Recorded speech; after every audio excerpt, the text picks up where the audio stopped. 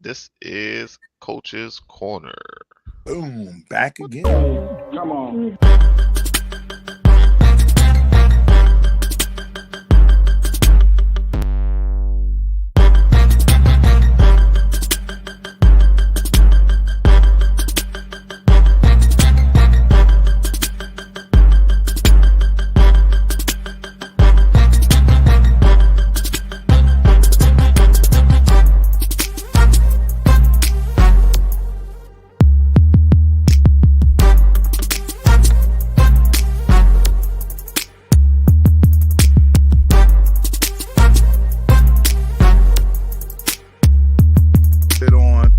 How important do you think 7-on-7 is to you, from your point of view? I think it's more for the offense side of the ball. Right, and that's how you want to keep it into that system where they know that at some point I want to be the star at Eastside. I want to be the star at Your head coach does it for you. I feel you're just spending extra money for a recruitment service. Hey, can I piggyback off that real quick? Yeah, definitely.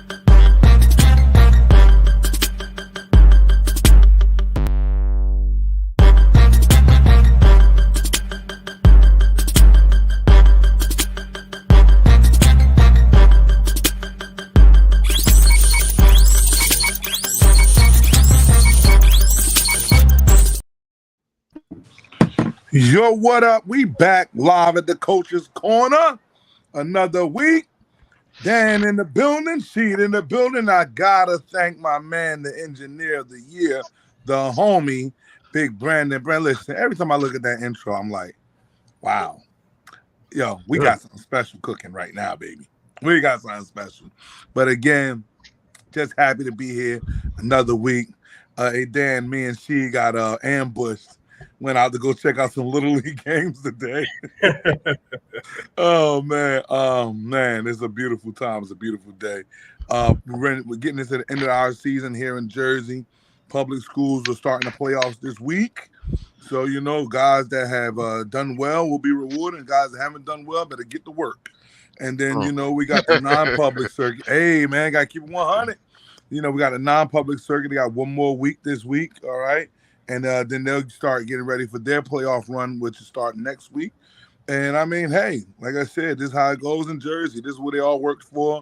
This is how it, the guys that, like I said, put the right time in will understand that their fruits of their labor will come out. And the guys that didn't, like I said earlier, it's time to get to work. But, hey, I'm going to let my guys introduce themselves. As always, it's always an honor to have them. So let's go. Hey, Danny, set it off. Set it off for me, baby boy. Hey, I am Coach Daniel Chamberlain. I'm a kind of an analyst here in Northeast Oklahoma. I'm currently with the Bristow Purple Pirates.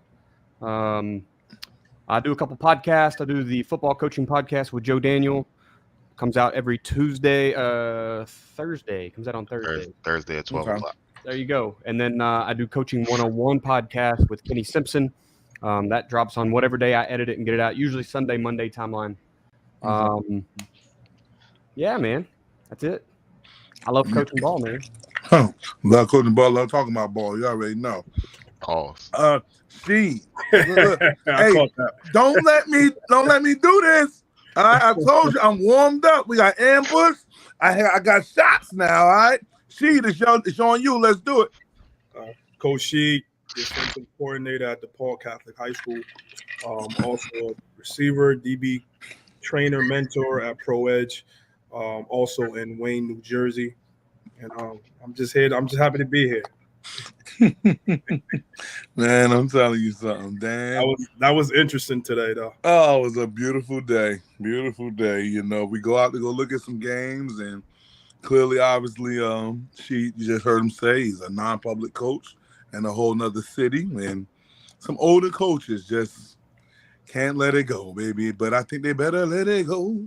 So, hey, B, man, what you got for me? Actually, B, could we get to that topic of passing the torch, man, and the lineage? Like, I want to get on that. I'm sorry, Dan. I'm gonna start it off because I don't know how long I got She gonna be in and out for me today. So I want to make sure I get it in and get it on. But I did have a subject I want to talk about. I talked about it last week with younger coaches and guys letting them get on, letting their time and their knowledge speak for themselves, try to actually kind of upgrade programs, what I feel like young coaches do. But today, told you, see, I got topics now. Today, Hey, hold on. So, yeah, hey, Los, that's what I want right there. That right Los, there. Los, tell your brother to hold on, cause we got him in like 20 minutes. Tell your brother bring his ass back in like 20 minutes. You talking to my brother? You talking to your brother? No. So I'm on Instagram and Los. Hey, Jordan, I got you too, Jordan. Give me like 20 minutes. We're gonna get to the DM recruiting segment. That's new. I wasn't supposed to know about it yet, but I got y'all like 20 minutes. Here it is. There's one thing I want to get on real quick. Why is it hard for older coaches to pass the torch or allow young coaches to be a part of their legacy? I'm sorry. I had to say this. I had to test this out.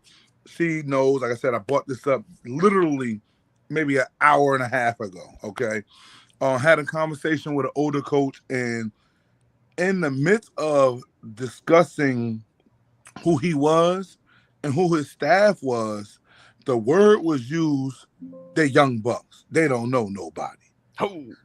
And I'm like, sir, if they don't know nobody and they coach for you, it's your fault. And it's like we're talking to this guy about how to be in tune with what's going on with the other little programs around. And the only thing this guy kept giving me was a football game reference from maybe 2000 or 99. Yeah. About how a certain team beat a certain team, and that's why we are here. No, I'm here because my mother met my father. I don't have no other avenue, okay? But I'm lost somewhere. What you mean lost? by what you mean by he don't know nobody? So, okay, so this is how it goes. There's Little League football championships going on in the city of North New Jersey. Yeah. And obviously, I coach in West Orange. All right, I'm from North New Jersey, so I'm coaching in West Orange. She coaches at DePaul. All right, and DePaul is in Wayne, New Jersey, and my school is in West Orange, New Jersey. And I guess this coach felt like we didn't belong because there was a North City championship, and we should be at our perspective towns. Now, again, I'm a resident of North, so I go where the fuck I want to go. All right. Now, she is a non-public coach. Non-public coaches can go wherever the hell they want to go because they get kids from all over anyway. Uh-huh. We try to let the individual understand that we really wouldn't be here if someone didn't call us. Okay? It's not like we just walked to the supermarket and we're seeing this whole team of kids walking out, I don't know, fixing bags or something and saying, hey, coach, come to our game. It's not how it goes. People call and say, hey, I like your program. Do you mind coming to see my kid? Mm-hmm. Well, and being good gentlemen like me and Sheed are, and, you know, guys that are for the culture, guys that want to help out, we pull up. No big deal. And guess what? They had other schools there from their city. Okay, it was about 3 or 4 schools that was represented from their city. That's fine. But don't get mad at me and Sheed because we hanging out. And then again, the question, like I said, was the older man had no reference to understanding anything. So we asked him, like, ask your coaches. They know who we are. Okay, I'm 43. She ain't got to reveal his age. You know, he's like an ageless wonder. So I'm just saying, ask the guys that are in our age bracket that are on your staff who we are and what we're here for. They don't know nothing. They're young bucks. Well, you a little bit too old. You need to let it go. Because right now, you're such a dinosaur to what's going on. You don't even understand that we can take everything if we want to take everything. But we're going to chill out. We're just going to say hi. We're going to ask these kids from those people that called us, how are you making out in school? How are you making out in, you're in society and everything is okay? Is the family okay? And if you want to come by, work out, try out, come to the school, feel free. Let's talk. Building a relationship and a rapport with guys. That's all it really was. But for about 30 minutes, we just could not get off this guy. This guy just will not let us go, bro. And so I'm like, all right, whatever. But again, my thoughts as I had the conversation with him was, he shouldn't even be talking. It should be a coach that's 35. It should be a coach that's 30 years old that understands the dynamics of non-public, public goods programs that are around his city and understand how can I call it, build a good mousetrap to catch his kids, right? The football program is directly across the street from where they practice, and they don't even talk to those kids. But then you see two really good dudes. I'm telling you, Brandon, if you ever come to North Jersey, you see one of us is gonna be like, yeah, they were dudes. Like, we're dudes. You know what I'm saying, Dan? Like, it's always good players around us. And it's not because we make these guys. Like, she'll be the first one to tell you, ain't nobody making nobody, okay? We just giving out our juices, talking to them, training them, working with them, mentoring them, stuff like that. And obviously, if you put the work in, like we talked about with the playoff thing, right? Then people will become better. So that's how you get top athletes hanging around good guys, because we're working with them and like that. But if you got young coaches know who we are. If you don't have a young coach, you got an old coach who want to think about what the town looked like in the 80s. Well, it's not the 80s. And the kids are not the same kids from the 80s. So that's why I just have I'm trying to figure this out. Like, why is there so many dinosaurs still around and holding guys back when all you got to do is allow that guy to be on your staff, and then you'll see the fruits of, honestly, that coach's labor. Like, I'm an older guy. I'm going to let Dan come in and coach. Dan got the upbeat energy, the new schemes and concepts. Now we winning. Guess who went like a genius? Me. And now I get to ride off in the sunset. I can retire, whatever. And I can be happy that Dan's got my program and it's rolling good and everything is great. But what ends up happening to me seems like I ain't letting Dan in there. He got all these crazy concepts. We're just going to run power. Dude, everybody's strong now. You got to do something different. We can't just do the same thing. But I've heard this exact conversation before. It's actually getting a PTSD. I was ready to say the same thing. That's why I wasn't like, when you be in church and pass the extra question, he was like, just look straight ahead. All right, so I'm not alone in this conversation right now.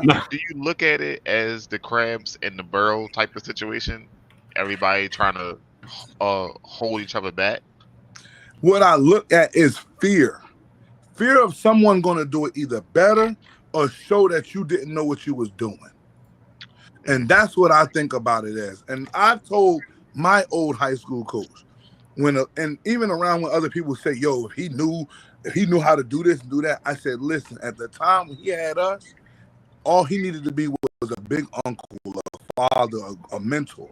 We wasn't ready for these concepts, bro. Let's stop it. Maybe at 40, we understand what the spread looked like. Back then, we needed to understand what the wing tee looked like and just do it this way. Cool. That's all right. Now I'm coaching, and yes, I coach totally different from my head coach. But I'm not here to prove that he did something wrong. I understand that he had a place. I make sure I tell people where his place was, and the fact that he probably didn't win titles don't make him not a bad coach. It is what it is. So my thing is, I do it another way. What you got, B?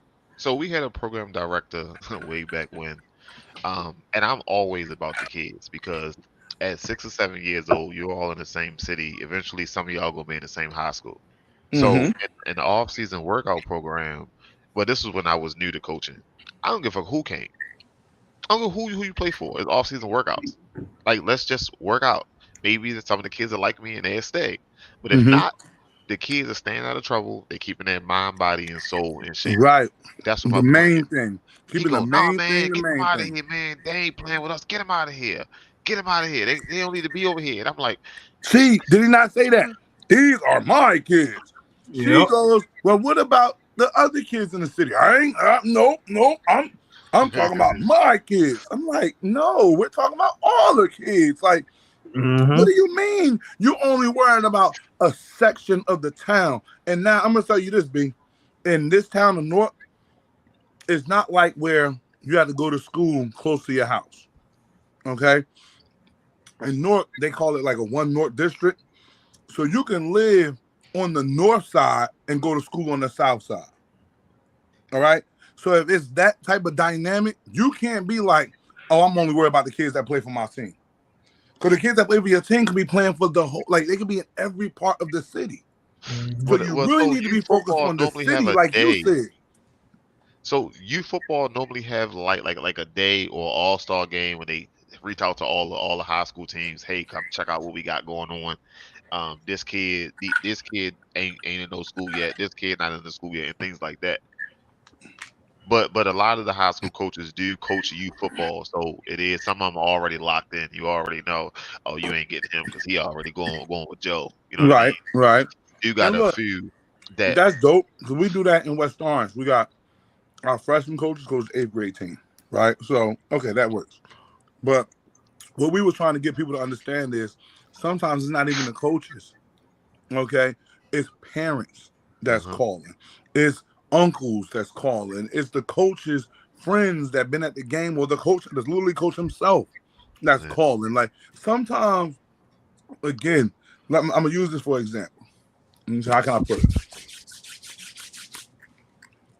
B, you in Baltimore, right? Sir. Okay. There's no way that you could know that a kid is a dude in, what is that, Waldorf? That's down bottom, down. Yeah, that's all SPG County. Okay. There's no way you can know a dude is good down there unless someone does what?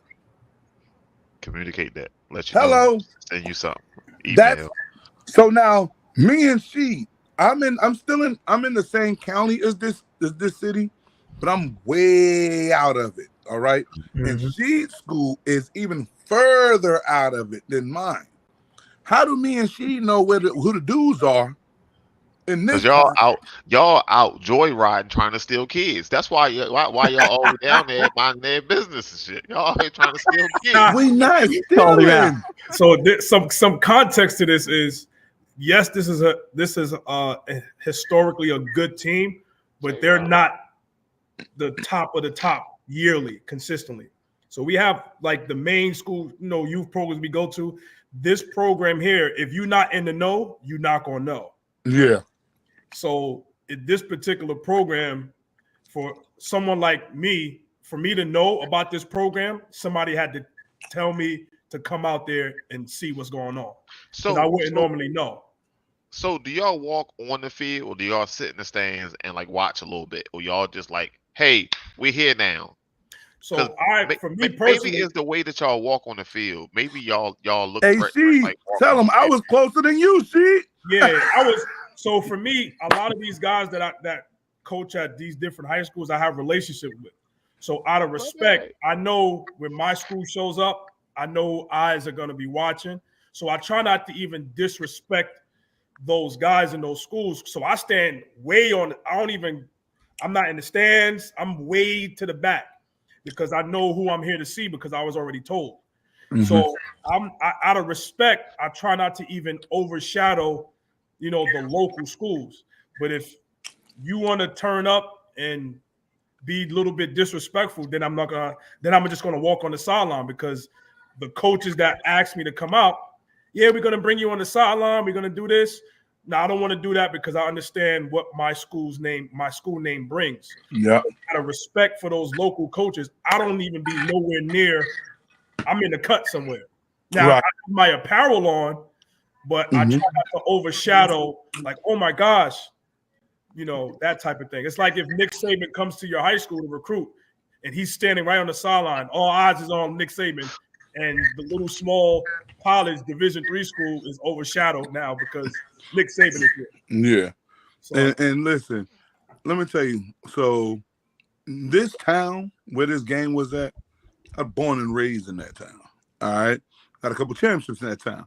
So I walk a little cockier than others, as my good brother says. Okay, my good brother, he's not lying. He stands over, look, the track, he's behind the track. He's that far away. All right. Not me. All right. I'm Mr. DM. This is my city. So I walk all the way onto the field. I'm under the goalpost. I'm right there where the kid's about to go running out.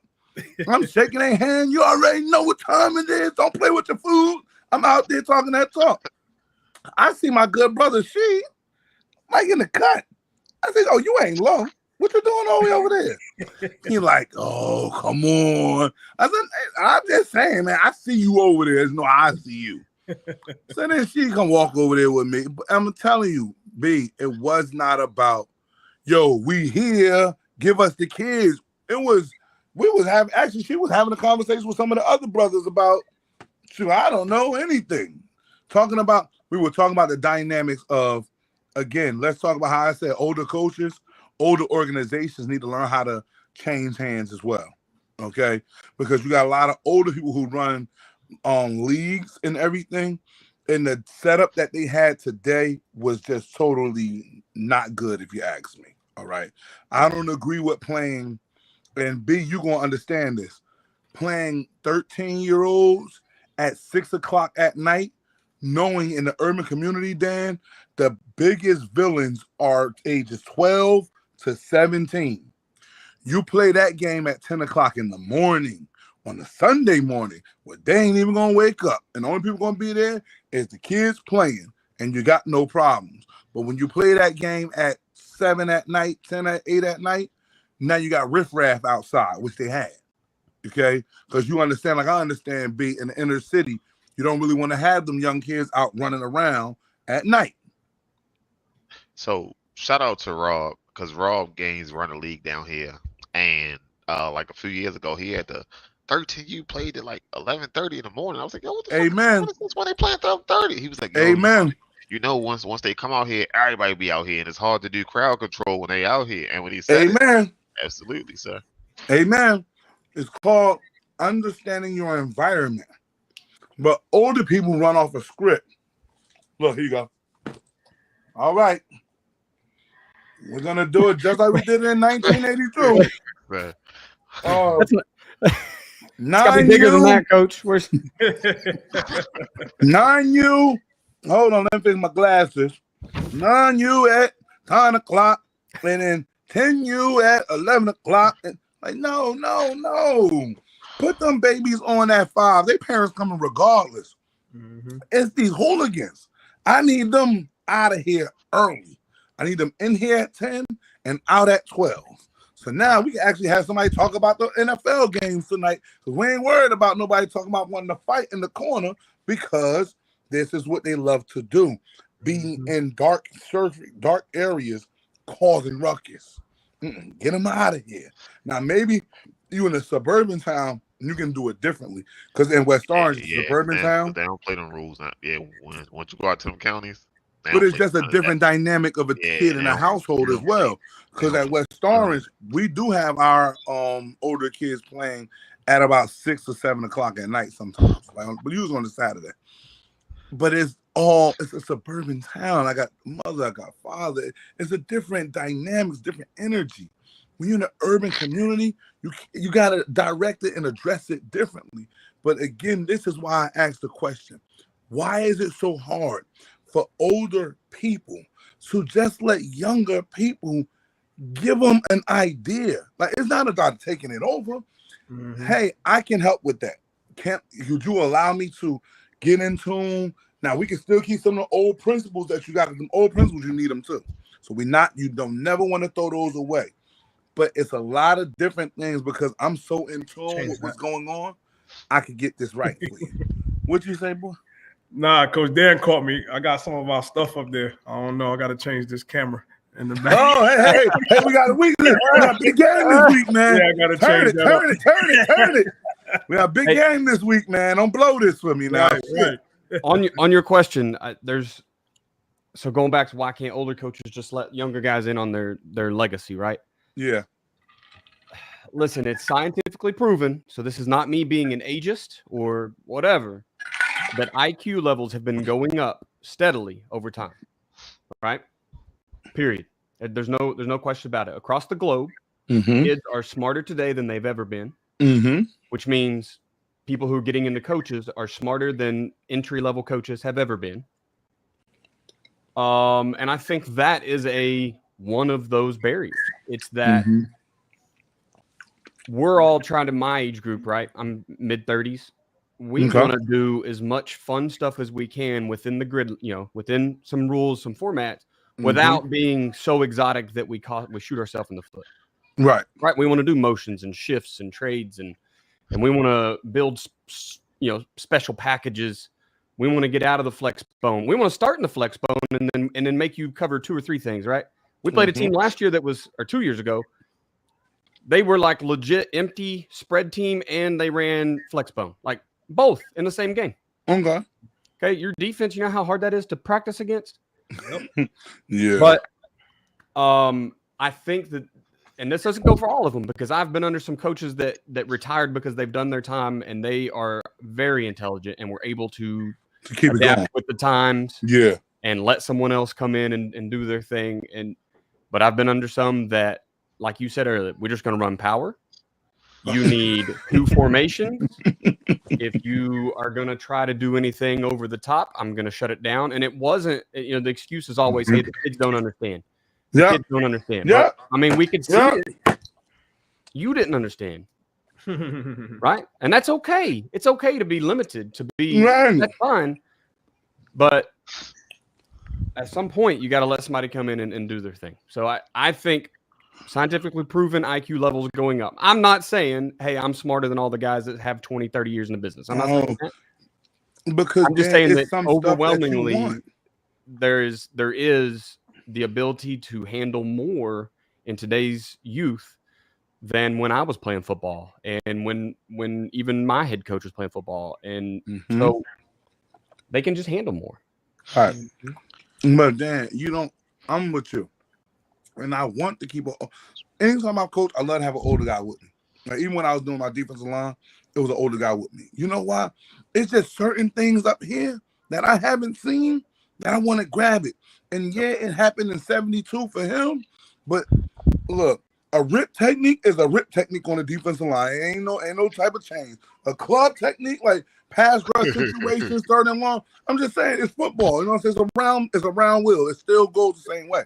Yep. But so I need that sometimes. Sometimes I need to see when somebody's trying to mess with my head a little bit. So I'm never the type of guy to abolish older guys. Hell, that's why what I do right now with my program, I try to invite a lot of young coaches on so I can just see how they thinking and see how they moving and stuff like that. So how do you know somebody ready though? So as a young coach, you've been coaching for 10 years, now you got a new guy come on. How do you know that he's ready? Ready to do what? You gotta. That's what I'm saying. Ready to do what? But you gotta give him some stuff. You gotta empower him. I'm about to say, listen to she. She told me today. He's like, listen, I'm the D coordinator, right, Don? And I don't be on no position like, why is this? Why is that? I walk around, and in that walk around, that's how you let your young coach be himself. Let him see what his drills are. Let's see what his scheme is, what he's thinking about trying to do. Listen, I'm at West Orange. We run a 3-3-5, right? When my D-line coach, my D coordinator walk around, I need to be doing things that is going to help my defensive line be able to be effective in the 3-3 stack. I can't give him the 2-gap move if he don't want 2-gap. He want dip, rip, and run flat down the line. Okay, every drill I got to be like that. And as he's walking around, he's allowing a young coach like myself to do it right. Now, he'll also see, I'm sorry, Sheet, I'm just going over you. He'll also see that as he's walking around, it might be something that I'm not doing right. Cool. I'm not going to undermine him in front of the boys. We're going to wait till we get to the side. I'll say, hey, listen, my man, that right there, I understand it, but that ain't what we need right now. I need you to kind of get more to this. That's the only. Man, but I think we should do this. Hey, listen. You gotta again, it depends on how you come. If I came at you like the way you just did, then I understand that. But you notice how I can't, because you gotta understand young people. You heard how I said I was gonna approach him? I approached him like, hey, young boy, I like that. I don't even fucking like it, but I'm letting him understand that I understand what he's trying to do. So I like it, but there's your comma right there. I need you to focus more on this, because this is what we need to run. then cool. Oh, look at that. Look at that. That's right. I don't know what's going on with that. Hey. That's the goddamn Welcome to iPad. the show, baby. Welcome to the show. But this is what I'm saying. Right there, I ain't gonna hold it. No, don't worry about how I got things set up, man. This is driven minds, baby. We do it all. You know, it's like I got effects and everything. But no, again, like I said, it's just about giving him some space to work. You know, and then got to talk to him too. But I'm sorry, go ahead. I'm sorry. Yeah, nah, I'm gonna speak from two different perspectives. One as a young coach, starting out, and then one now as a defensive coordinator. So when I first started off as a young coach, 22 years old, I think, you know, coaching at the junior college level, my offensive coordinator, he allowed me to make mistakes. So he put me in the booth to be his eyes and ears. So I'm a skilled player, you know, as a player, I was a skill guy. So I didn't really know fronts, and with his particular offense, he needed to know where the 3 technique was in order to call his. So I'm looking, I'm like, he's like, I need to, you know, so he gave me room to make mistakes. And now my pride as a young coach, like, I don't want to make that mistake because now I'm messing up his flow on the play. So your mentor has to give you room to make mistakes when he's teaching you, right? All right, this is how I want it. All right, go in the booth, right? In the booth, as we, you know, most of us know, you have to, that's an experienced position because you got to be calm. You got to understand what you're seeing. You can't get too caught up in, you really got to be on it. So that's why I'm never in the booth. So, but he empowered me to make those mistakes. And then as we got off, hey, I need you to focus on this. So now it forced me to learn my fronts, my overs, my unders, my deuce, my ego, you know, all those type of things. I get it. Coordinator, how, you know, what Dom is talking about is I make all of my assistant coaches put their indie in my schedule. So I have 2 older gentlemen who, one was a head coach before, one was a D coordinator. One was a D coordinator before. Now they're back as position coaches, and I have 2 young guys. So what we do is I hold everybody accountable. I give them the script. Hey, we're working on gap scheme stuff, so make sure you put your indie in the schedule before I print it out. Now when they put their stuff in, I better see my D lineman working on spilling because we're a spill team. I better see my linebackers working on C scrape. Now, what I also do is if they don't put their indie in the schedule, they don't get a script for practice. So now that works. Right. The kids to be accountable, you better be accountable. So now the kids pick up on it, and if they see a position coach without a script, they start, start making fun. Oh, you ain't put your indie in, you know that. That's crazy. That's wild. Like shit. But that's during indie, I don't coach a position. I have a young guy with my safeties. I have my D-line guy. So now I get to walk around and see, all right, I'll pull them to the side. Hey, make sure you do a little bit of this. Hey, fix that. And I'll say my 2 pieces. Hey, you gotta, but that's the empowerment you're giving your young guy, because my young guy coaches the safeties. That was a position I coached as a D coordinator because they make all of our sight adjustments. So for me to give that up is a lot. Big time. Because they run the defense. They make all our checks and our coverages. So I had to empower him and let him do it. He's a good teacher. He's just a young guy. So you have to empower your guys. Yeah. So sorry if I was long-winded with that.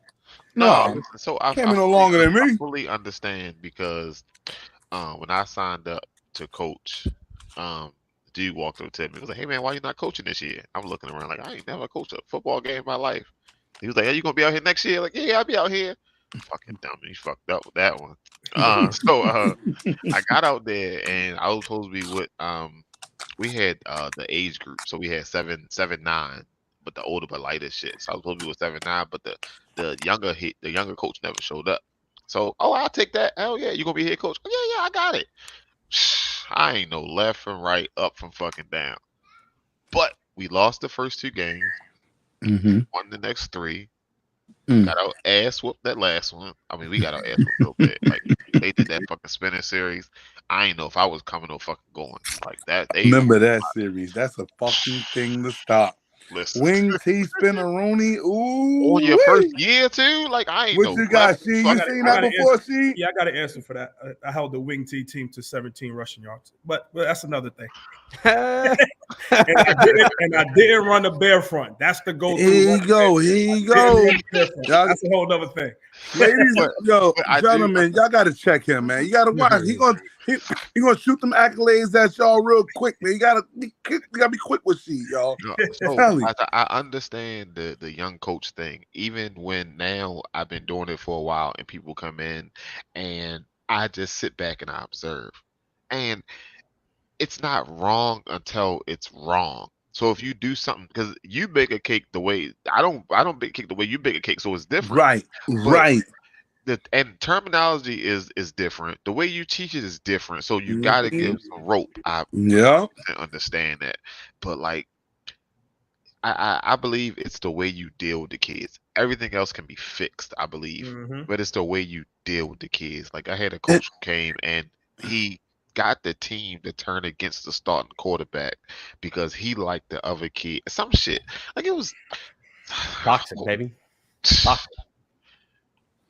Listen, but that's the thing. Like, biggest thing about coaching is your relationship with the kids. That's the biggest thing.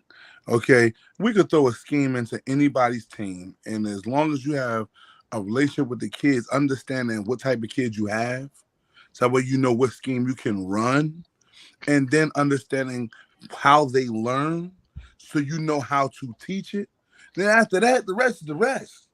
It's not really that much of a deal. But I also, and I love when I get my guys that former players that's gone to college, and they kind of run the similar system that we run, and they come back like, Coach, no, we don't do that. Well, we screw this one down and we bring him back, and this one hangs over, this one rolls underneath. I'm like, see the smoke coming out my ears. Like, no, that ain't how we run it. But he's like, yo, y'all running it right. Y'all just not running like we ran it. But and I'll be looking like, all right, teach me more. Teach me more. Because if the more I can get closer to preparing the kid for the next level, that's all I really care about. I don't care about whether it's taught, oh, this is the way how we run the 4-4 cover 0, and he's got to fill it, he's got to scrape over the top. But if a guy come back like, you really just got to know his run fits and just understand how to just check it and then get out of it and understand what we're doing. You can run a cover 2, you can run a cover 3, you can run cloud, you can run whatever you want to run on that. Yeah. I think Lot of- once you as coaches, we see football as concepts. The rest of it don't matter. And if you start teaching those kids There you go. concepts, then they can go to the next level and use anybody's words. They can whoever fits whatever positions, run fits, coverage. It don't matter, right? You got to teach concepts. Hey, what is power? Power is not a play; it's a concept. You can get there. You can pull tackle and an H-back and still run power. You know what I mean? Like it don't matter. I think I was in like year 3 or 4 when I was listening to Joe Daniels talk, and he was talking because I used to be on a FedEx truck with my headphones on, and bam, I just be going, and I used to take notes like the whole fucking day because one of my guys, well, we like best friends now, but the first year, he been coaching for 49 years. I was in my second year. He looked me in my face and told me that I don't know shit. So I told myself, you never motherfucker look in my face and tell me I don't know shit again. So that whole off season, every fucking day, I found Joe Daniels, and I swear to God, I listened to 6 years worth of podcasts in the off season. Like I was going heavy. But he was only talking about a 6-tech. The fuck is a 6-tech? Terminology, right? I was Yeah, listening. the numbers. I went are back and I ridiculous. went Whoever back. made the numbers up. Listen, They screwed that up. I caught on by the end of the by the end of the podcast what it was. It like I listen. Yeah, Hey, you go from Mike. a 5 to a 7 to a 6, then to a 9. It's Wide 9. Yep. Yeah. Like, But when, And Mike, then, we but gotta- you we know gotta- what, we though, gotta- B? Hey, B, what you really understand is you can know the terminology, but again, like I said, like Mike said, I'm sorry, like Dan said, because I'm looking at Mike's comment right there, messing me up. Like Dan said, as long as you understand concepts, then you just know how to teach it to your guys. You might have the 7U team. You don't need to know what a fucking 9 is. Like, you good. You know what I'm saying? But if I'm coaching at fucking Rutgers, I better know what the motherfucking 9 is. Like, you know, the 3 tech or the 1. Like, I need to know that depending upon the level that I'm on. And then, like I always say, depend on where you are at in coaching. So I'm on a high school level. So I want to make sure my guys do understand some part of that. Now, we might not run it. Like, I might not be like, hey, I need a 1 here and a 3 there, because we, like, for us, we all even. So we got zeros, we got 4s, and we evens on our side. That still don't need, I mean, I don't want my nose guard to know what a 1 tech is. Like, he's gonna have to know, because I don't know what program he's gonna go to. My job as a high school is to prepare him for the next level. The job of Little League coach is to prepare him for high school. Like, this is, look, once people understand that part of their job, not the whole hot dog and then belt the ass shit that we talked about last week, man, the culture is going to be back to regular, bro. Let's do this. Let's do this, because I told you I'm not trying to talk all night. I was 45 minutes on this. But what? Same time, right? At what age do you teach what? Because an 8-year-old don't need to know what a 10-year-old know. So in youth coaches, when do you start giving them more and giving them more and giving them more? Because I struggle with that. Depends on what you got. I feel like it depends on what he got. The first thing every one of them kids at 8 need to understand, how to get in a stance. A 3-point stance is the most important thing ever. Once they learn how to get in the stance, then we could go to everything else after that. But I've watched, and she to tell you, I've watched some 13-year-olds tonight with great size as a 13-year-old. When the ball is snapped, not only are they not in the stands, but they don't even move. And I'm looking at guys that's 120 pounds zip past this 185, 200-pound kid. And, like, if you a kid, I'm sorry, I'm thinking about a kid now. I'm not even that good. This half a man just ran past me like I'm just some type of poo-putt. When coaches don't focus on that. Get in the 3. These new kids don't want to get in the 3-point stance. They just want to get down. The standard is the standard. If I say we doing 3, we doing 3. I'm not them new coaches, and that's the part right there. Now that might be a new coach thing, so maybe that's another reason. I think sometimes they bend it, because you know some of these coaches want to be their friends. That guy right there with that Spartans hat, he is not no kid friend, and I know Dan ain't no kid friend. And you better believe this guy with this DM on my seat, I ain't no kid friend. Okay, I tell you quick. Side note: Phil got 3 exits. Pick one. What you got? I let a kid take me out of my zone. As always, motherfucker told me he was gonna punch me in my face. Whoop, that was it. And you got punked by a kid, Brandon? I've been trying to work with this kid. I send this kid home once a week, and I know he got issues. Go home, try get him off, get out my face. And he was like, "You bitch, you bald head bitch, I'll punch you in your mouth." What? Hold the fuck up. And that was it. Hey B, we're gonna get in the weight room this off season. We're gonna show him a little something. I'm telling you right now. Once you got a little girth on you, I guess it is. Sir, I got 35 kids, sir. Fam, I promise you, sir. It's one thing they don't want to see. They don't want to see this demon. I be showing these jokers the demon. Like, I punch you. Hey, let's do it. Let's go in the room right now. I got time. Hey, I'm gonna call my mom. I knew it.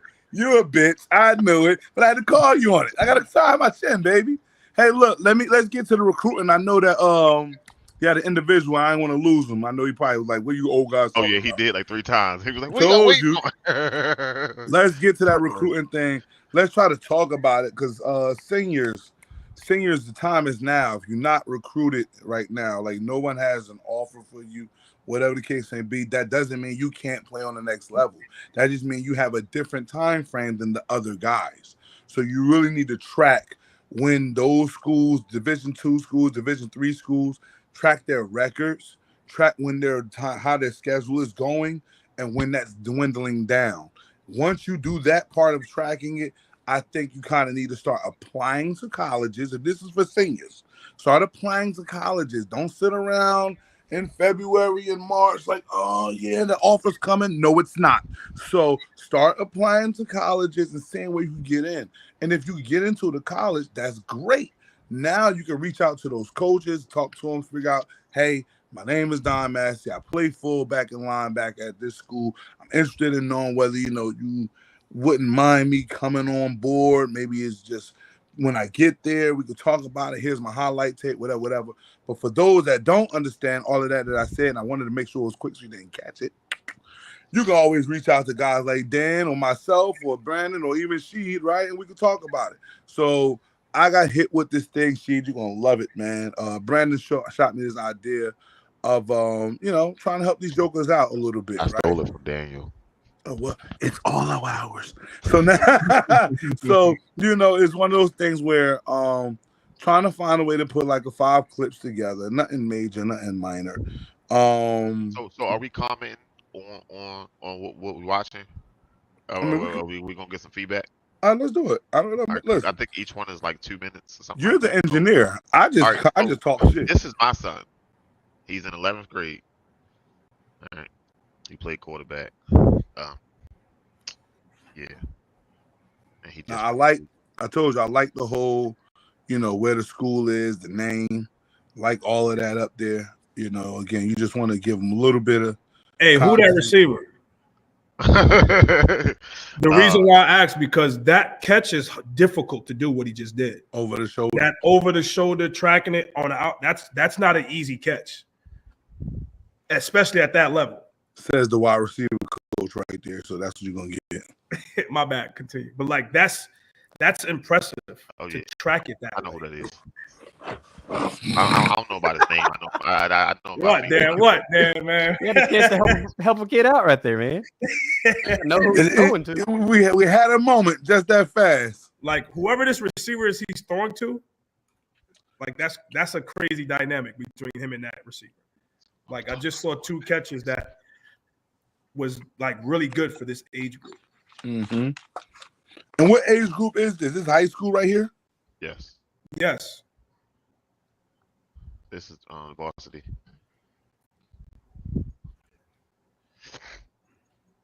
Oh, this is the first kid.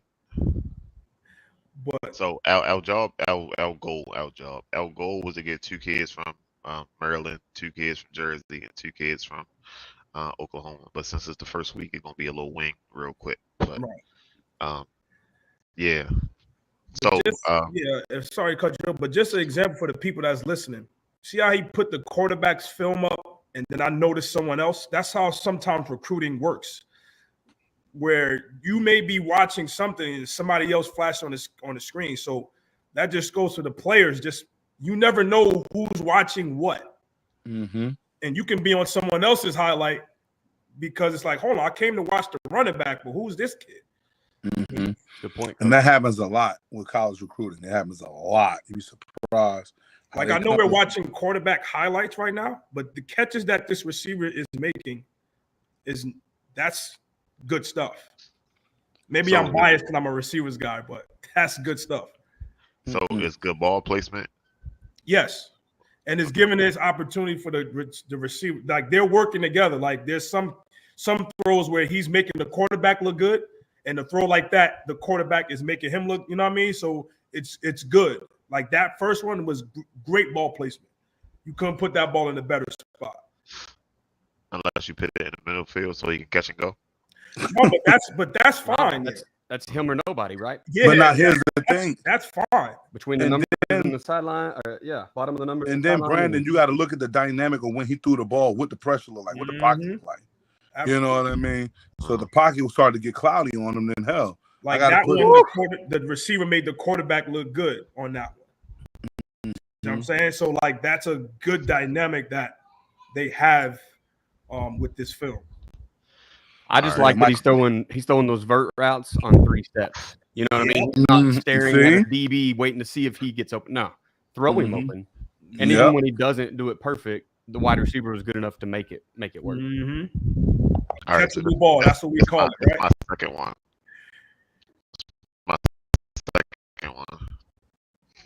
This is a lineman.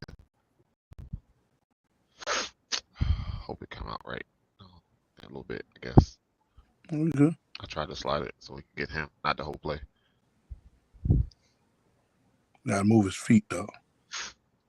Don't get caught up with that. Hey, but just keep working right there, right? He just kept going. Mm-hmm. I mean, that play looked like it reversed back to him. Yeah, it did. Blocking to the echo of the whistle. Good job there. Got a reverse reach on him. That's good. Yeah, see. That These are things that we want to do. We want to try to give these jokers an opportunity to be seen more than just, them shooting a huddle out to who knows what. Again, like some kids are unrealistic. We want to make sure we put these films or these clips in some places or some highlights. I mean, some Instagram, Twitter inboxes where, they could get looked at the right way. And his IG has his name. It's not YK64 shooting up. I just had that conversation. It has his name. About it. I can find him. Yamonte, I know it. Yamonte, you know what I mean? I can find it. Yeah. It's crazy. But that's how it be, right? Like, you want me to give you a $400,000 bag. And your name is OTF ISL _35. Dirky O'Massey, that's me. Yeah, okay, yeah. We're definitely gonna shoot you the bag. It's not gonna work. All right, so we got 2 sent from DM, which I realized I fucked up. And DC boys. I didn't change the height and the weight. From the last one when I was trying to editing.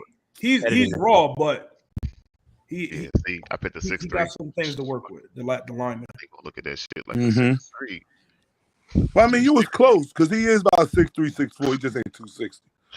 You know what I mean? But this is a sophomore tight end that we got at West Orange. I'm trying to kind of highlight him. Leave the line free. I honestly want to market him as the best tight end in this class. Honestly, he trains with Sheed like every Friday in the off season doing this thing. Like I was telling you, Dan, I tried to get clips where he's blocking. Yes. I didn't want to just make it where it's just catching. Yeah. I tried. That's what he's gonna do 90% of the time, right? He's gonna be blocking. Pretty much.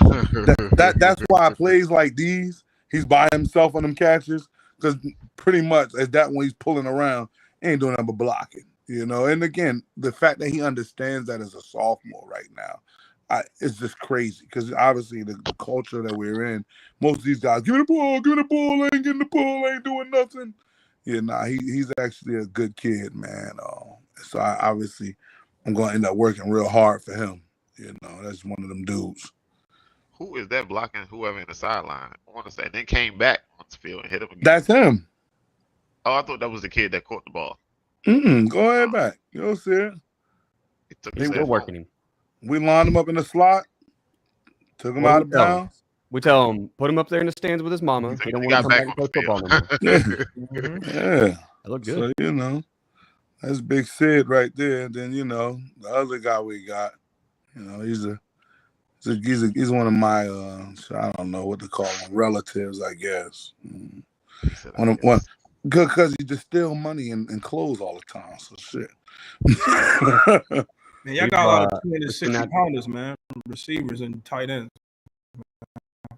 We got a lot of what? 260-pound receivers and tight ends. Hey, baby, come to the wall. We grown big in the wall, baby. We grown big. You already know. Hey, listen, I wish this one was 6'3", 260. Boy, I had some money in my pocket right now. But Ion is a really, really fast kid, man. He took the ball out of his hands. He took the ball out of his hands. No, I don't think so. Hold on. No, that's another catch. He tried to take him down. Yeah, definitely a shifty motherfucker, bro. Yeah, I see. That kid land on his face. The goal is to try to get some of his stuff out to and it's funny, you can see number 0 right here chasing him down. That was dope. So, and then that's a one-hand snatch right here, one interception grab. We trying to shop some of his stuff to some Division II schools because he is undersized. But so we want to hope that we get some Division II schools. He's applied to about 5 colleges right now, just the ones that kind of he camped at and got good responses from. And then we're going to try to see if they say something. Yes, they don't, then cool. Caldwell College is a sprint college football program.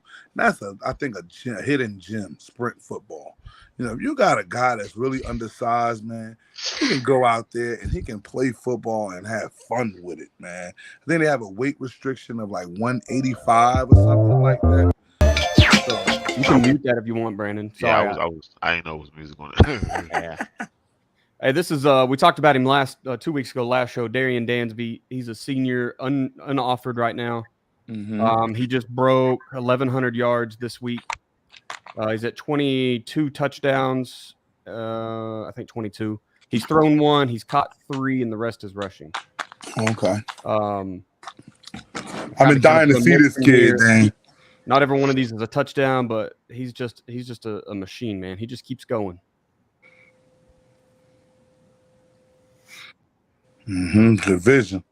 That hole was small. So I said, good vision. I know how to get skinny. Good job. I like the timing on that play. I hate when they mess that timing up because if you're doing it right, hey, when you hit it right, it looks like this.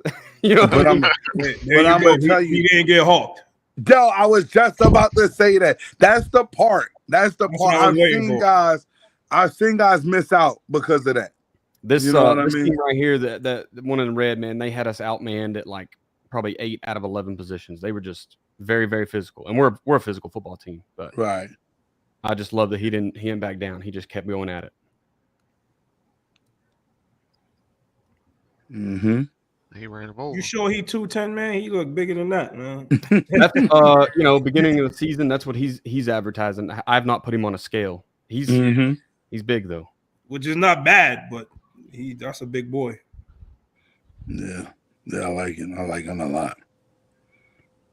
Unoffered right now, coming out of Bristow, Oklahoma. Yeah, now we're gonna get some of that stuff sent to the guys up here and see if they need to see that, because I know you got some programs out here.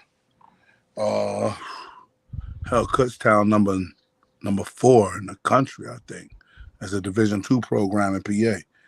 Yeah, that clip right there was probably his best clip because you see a little bit of everything. The vision, the power behind his pads, and he didn't get hawked. Like you saw a little bit of everything in that clip.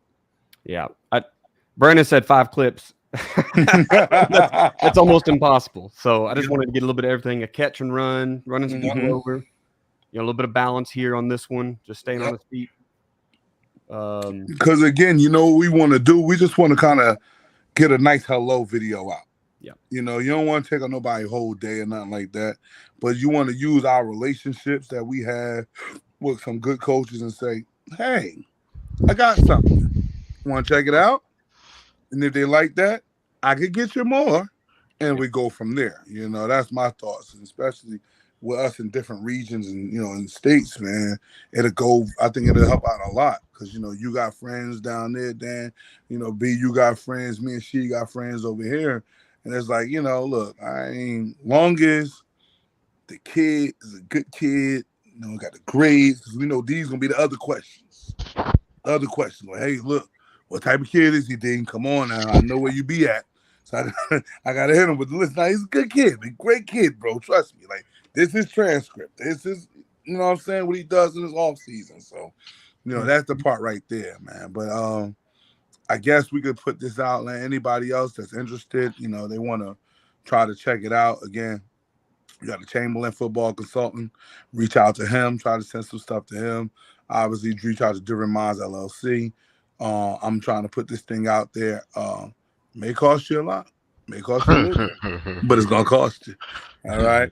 And we gotta make sure that happens. Nothing in life is free. You feel me? So, but we definitely want to help. We want to use our guys, and as you can see, you can reach out to me on my IG or my email, man. And we want to work again. We want to work for the guys. How they say, voice of the voiceless, man. We want to try to put them guys in positions. I mean, we've all known guys that got it, and sometimes me and she scratch our head on how they got it, but it's all good. And we want to make sure, but we want to make sure some other guys that get it. Congratulations. I seen you had a couple of guys I think committed to some schools. I seen Ferdinio. Yeah, he one of our receivers in the college. Yeah. He's again he's in the shadows because we have the Dez, Ohio State, and Elijah going to Notre Dame. So very happy that, and he's a senior, so he's been in their kind of their shadows a little bit. He don't get the attention, but very, very happy for him. You know, congratulations to him. I know his mom, I think his mom's Christina. Yep. You know, big shout out to them, man, and just staying diligent with the plan, you know. Because they could have easily went back to their home school, their town school. You know, so can we talk about the offer situation? Like what there's offers. The people always posting, hey, I got this offer from here. Hey, thank you for this offer. Thank you for this offer. Are those real offers that they making them, or should you wait for the committable offer that's on the tape? And look, this used to be a song that goes, stop in the name of offers. So listen, I'm gonna say it like this, man. All offers are offers of potential. Okay, I've been saying that a lot because I want kids to understand that this ain't no lottery ticket. All right, this is an offer of potential. Hopefully, you potentially could fulfill the academic requirement, the size requirement, the skill requirement, and you get to cash it in later on. If you don't fulfill that, then you know it probably won't happen. So, to your point, some offers of potential are real big. And some of them are not, because why? You did not meet the potential. That kid, maybe as a freshman, that they might offer, say, you know what? I like that kid. I like his skill. I like his energy. You know what? Hey, you got an offer right now from Don Massey, or from Don Massey, coach of Rutgers University, okay?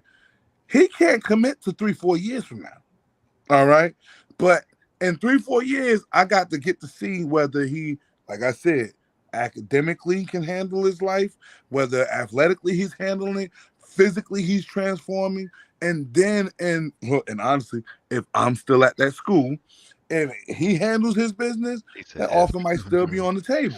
But if he does not handle his business academically, he does not grow, well, you might as well go look for some other schools that offer is not legit no more. Okay, so it's hard to say the offer is not legit when guys can grow into that offer, as I like to say. And I mean, my comrades might have something else to say. You guys check it from there. My biggest surprise in the last couple of years as I've gotten into this is just the non-committable offers. And it's once you realize it's just a kind of a copycat league, you know, kids get one D1 offer, and that might be the door they need to get 25 D1 offers. So it isn't. A lot of those recruiters are just trusting other people's eyes, unfortunately. Lazy recruiting. And that's why kids, you know, if you get, I don't know, I mean, even the smallest D1 school that hasn't won a game in 3 years, it doesn't matter. You get that offer, you know, that's kind of your key. But when you talk about are they real, I mean, I think that's the best advice I ever heard to give to a kid was just, if you get an offer, commit on the spot, especially in today's day and age, right? Where you can transfer, you can flip your commitment, you can do what, but you better get your name signed on that spot. But with letters, you know, national letters of intent are gone now and all that. I don't even know what that world looks like anymore. So I don't know now what is a real offer or not, because until you're at practice, when are you actually even committed? So yeah, it's a strange world now. What you got, Sheik? Yeah, I mean, it's so many. I'll be trying to be saying the right thing on here, man. I can't. You want me to take it? I take it, Sheik. I'll be trying. Hey, Sheik, get behind the shield. Get behind the shield. I got your back. I can take it. You know what? Let's mute Sheik. Listen to what I'm trying to say. It's a lot of stuff that pops off. You know what I mean? As far as the school might say you got an offer, you might have the coach. Your high school coach might say, yay, such and such just offered you, okay? So, real and the fake, I just like to go to the standard. The standard is he can't commit until like after his junior year, right? So, that's when you know it's real. And I'm going to say this out loud. You can have a kid that has 25 offers, right? And they could have came from the sophomore year all the way until it was time for them official visits. And that's like the end of your junior year. You'll learn how many offers are real at that point. Because you'll call and say, hey, I'm trying to schedule the fit. No, whoa. We'll put you on around the end of June. I got to make sure I get somebody else in. Or, whoa. Yeah, nah, we gonna go another direction. Or we just won't even talk, because that happens too. You see the conversations dwindle down. The guys that's really, really big on you will talk to you a lot. The guys that's not big on you no more won't really talk to you anymore. So you'll find yourself with maybe 25, 30 offers, and then around that time, you got 3. Yeah. And then at the end of the day, it doesn't even matter at that point, because you better lock into those 3 that's talking. Find out what's the best thing about them, what's the worst thing about them, and can you fit there and commit to one of those, like D said. Because I've had a kid, and I said, when we went to our first place, we committed. I ain't even playing this game no more, because it can go left. You start dancing with I want to see something else, I want to go somewhere else, and you're going to miss out. Yeah, I have a kid like that in recent years. He had a good school offered him. It was his only one. 1AA program. I'm not gonna put the program out there. I said, yo, you better take that. And then something happens later on. Then we can make an adjustment, we'll right? That out. But you better take that. So, long story short, he called 3 months later. I'm ready. They said, nah, it's over. You already got. So now he's a senior. So now you got nothing. Now you back to 0. So 2-part question. Because I'm still learning all this. One, the kid Darian, right? Daniel, that's his name. Darian Dansby. Yep, sir. Yes. 10th grade, you put up 1,100 yards, and they make you an offer. And you get to 12th grade, you putting up 2,500 yards a year. Do that matter? Did the offer change, like because your stats went up, or is it bigger schools reaching out to you now? Well, it depends on who's watching. Yeah, it could be a combination of both. You can go. If his numbers go up, and the people who offered him, obviously, the way I like to call it is, like Dan says, copycat. Now I'm trying to tell whoever offered him, the conference is going to offer him. Okay, like whoever's in that conference is going to call him up. Like I need to see more. Okay, now if this kid is improving, like you just said, from 1,100 to 20 something. Yeah, it's probably gonna definitely happen, especially if he already has eyes on himself. But sometimes, I'm guessing the event of this kid, they just don't have eyes on him. Like, it's just they're not looking.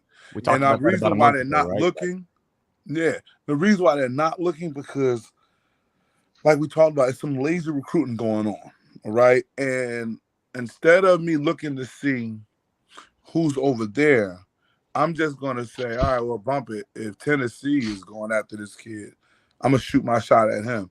And if they say no, then I'll just grab him. So everybody's looking for the 5-star, the 3-star. Who's the 4 and the 5 stars? I'm going for them.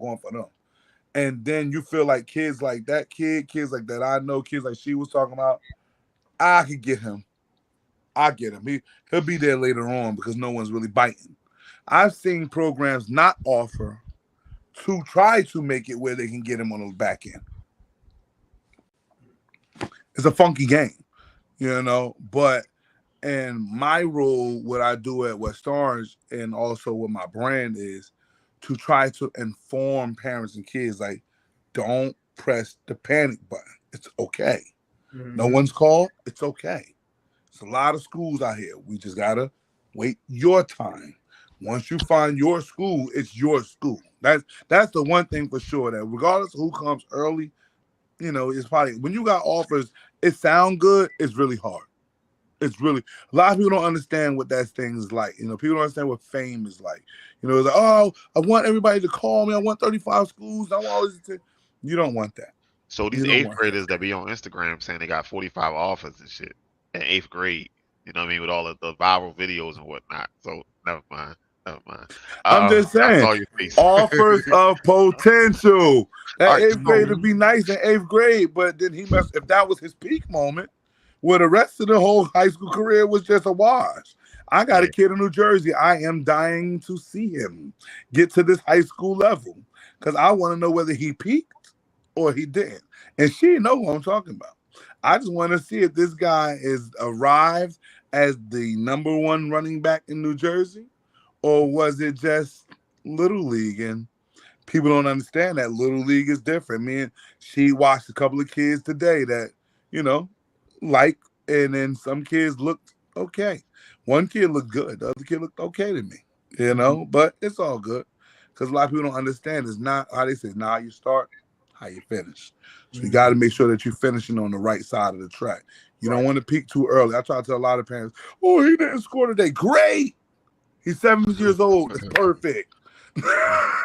You don't want a Pop Warner All-American, as they used to call him back in the day, right? And then you get to high school and you go, whatever happened to that kid, Don Massey? He used to play with the Little League Pro. Yeah, I don't need my kid to be dominant at 8 years old and he not dominant at 18. That don't make sense. It ain't fun no more to them. They've been doing it so long. They get burnt out with this shit. Like I had a conversation with somebody and I was like, yo, you run these kids in a hole. Man, they know what they signed up for. Like that doesn't even fucking make sense. Yeah. It does, because to these Little League coaches, it makes sense. Yeah, there's a kid like that in Jersey that was a youth phenomenon, and I haven't heard his name in the last year. That's I said who I'm talking about. Yeah. And kind of ran him into the ground too. Yo, hey Dan, I've never seen Little League football players play more games than high school and college combined. It's crazy. Travel, look, the whole travel thing, and now we're getting spring ball. Look, you playing from March to spring December. league, summer league. The 7-on-7's kind of getting crazy, right? You start 7-on-7, and I'm done. I'm done on 7-on. Okay, and I'm glad the 7-on-7 is getting some kids looks that wouldn't get it otherwise, because they can go out in 7-on-7 and show who they are, and then they fall back into, hey, we throw the ball 10 times a game, in the fall. Right. Like those kids can get a look now, or maybe even show a coach it's okay to change your scheme. It's okay to throw the ball out here and let me run this bubble. Got his own league now. But they travel the world, so that's a whole different. The date, the price, like you see it in baseball too. I'm afraid we're headed that way, where it's it's $1,500 for your kid to play this season. It's 10 games. Oh, you cover your own travel. It's $250 to get into the tournament. Now you spend $10,000 on your kids. 9U travel for money grab tournaments. Yeah, all for plastic trophies and little bronze that turn green medals. Okay, same shit you could have got down the street. And then when they come to the private school, we want to come here for free. Make it make sense. So, all right, so one more, because I know you're trying to get out of here. So look, we live now, dog. I mean, y'all knew this. Y'all knew what I told you going. That hour thing when it ain't real. So 3 months ago, my son's he had a workout, Buffalo State University, I think that's what it's called. And I was like, "You got a workout? You set it up?" He was like, "Yeah, I got a workout." He showed me the thing and all that. Now I ain't read it, but I looked at it, I was like, "Oh shit, congratulations! I guess I gotta take you up there and shit." So that was yesterday. So Thursday, I was like, make sure you get all the information. Send it to me. What time you got to be there, the exact address, time, what you need, all that. He was like, all right, send it to me on Friday. I seen it, glanced over it, looked at it. I'm looking at it, and it was like a college tour. So I was like, it's not a fucking workout. So I Googled the address, 7 hours for a college tour. And I was thinking in my head, like, I don't want him to fuck this opportunity up. But 7 hours for a fucking walkthrough, like, so I had to. I called Anthony that was on the show before. I called him. I was like, "Yo, this is the situation." Blah, blah, blah, blah. He was like, "Is he meeting with any coaches?" I don't fucking know. He's like, "Is he going to the game?" The email said they get tickets to the game. So I googled the game site. The tickets only $7 to go to their game and shit, right? So looking at it, and I was like, I don't think we can make this for sure. Like 7 hours for a walkthrough. He was like, "It's a workout." No, baby, this is college tour. Like this is a tour. Like. You ain't meeting with no coach. You ain't meeting with Coach Joe, Coach Blow. You ain't meeting with none of them. You meeting with the academic staff and shit. They gonna show you what they got, and then we ride back down for another 7 hours. And New York tolls high as shit. You know what I mean? And we said that he was like, "Well, if it ain't a workout, I don't want to go." And I was like, "But you got to understand, like this could be opportunity. Like we don't know because we haven't been in this situation before. Like this is new to us and shit." So that's why he was like, "Well, you got to let me know." I was like, I made the phone call and he explained it to me and shit like that. So I explained it to him and we didn't go. And part of me is like, damn, I could have fucked up opportunity for him. You know what I mean? Because I don't know this. So this is why I'm sitting here listening to y'all all the goddamn time. Because As you should. this ain't my what the fuck. This ain't my area of expertise. You know what I mean? There should be like a recruiting coordinator at that school. If your kid thinks he's getting an athletic opportunity, that recruiting coordinator probably knows who he is, with a coach that should be recruiting his area, and whether or not he's scheduled to come in that day. Like, so that would have been my first Google is like Buffalo State University, whatever, recruiting coordinator. You don't need to talk to the head coach. You don't need to talk to the coordinator. Try to find out which position coach is recruiting your area and that recruiting coordinator, and then work through that kind of that chain, and then see. I mean, because you made a call and found out it is just a tour. So that's at least you did your due diligence. You didn't say, no, we're just not going. And you didn't waste a full day driving somewhere to take a college tour. That's probably the virtual tour now. So you could probably see everything you need to see online anyway. But that's what I recommend. And that just comes from working with the guys over at Tulsa University, you know, with the friends that I have that are coaching there. And then, I mean, I showed up as a coach and they were like, talk to the recruiting coordinator, and he kind of set up my day as a visiting coach. So they're kind of the all powerful. They control the schedule, so they'll have the information you need. Yeah, making a call, reaching out, like Dan said, that's half the battle. I only play games like that with a 3-hour radius, though. Like if it's a 3 hour, I would take a ride, even if it's just for the game type of thing. You know, like. For me, Penn State is 3 hours. So I'll take the 3 hour ride to Penn State, right? You know what I'm saying? But I ain't driving to Pitt 6 hours for me. So I'm reaching out to somebody, and then I'm looking at my guys, and I'm learning, Pitt don't want to see you. Okay? And then I'm going to probably make a decision based upon that as well. You know, you got to kind of understand what you got. You know, you got something that looks recruitable, then you make a trip. You got something that looks like it's not recruitable for that level, make a call. And then they'll let you know. Like, nah, I don't think so. We kind of just wanted to reach out to them, get them to a game. Because they don't mind bringing you in to watch a game, bro. I've seen it happen in surpluses. I'm looking at it. Yo, coach, I'm bringing him in. All right, whatever. Put their name on the list. Like, it's kind of how I be going sometimes. So, but the kids, you know, they look at it like it's like the grand gala. Like, oh, I got invited. Look, and you see it on Twitter too, Dan. Like, invited to go to Columbia today. I'm like, dude, you can't even get accepted to Columbia, dog. Like, he just wants you to come to the game. It's all right. But I love it. You know, I love the energy and everything about it. You know, but it's up to people like us to be realistic. And I always tell my kids, no, I'm not a dream killer. I'm just realistic. I'm realistic in understanding where you belong. And it's not because this is what I think. This is because I've done some research and I've understood that when I look at these schools and all public record, I can look and see what the height and the weights of these kids are, and I can look at you and see that you don't match that, you probably not that guy. And I'm not just looking at the seniors, I'm looking at the freshmen because this guy just got there, okay?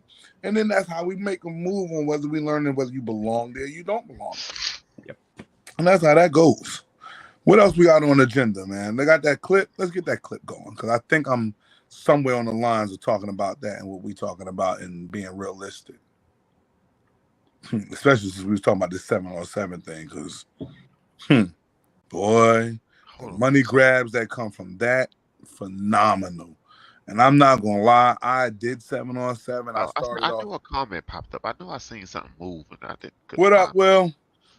You might want to take that Yankees down. It's really about what you want. It's about what you're willing to do to get it. And in that, maybe you have to give something up that may not be a good habit to replace it with a better habit.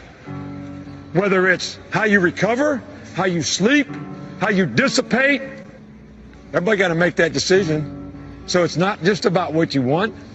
It's about what are you willing to do to get it. That's what it all comes down. I did a poll, as you can see at the bottom, on my IG page on which one is more beneficial. I was shocked because I got a lot of kids that follow my IG that strength and position training came out to be 97% more important than, 7-on-7. And I guess that's because, like I said earlier, some guys' seasons ain't going the way they thought it was going to go. And they're realizing I might need to get a little bigger, stronger, and faster at this.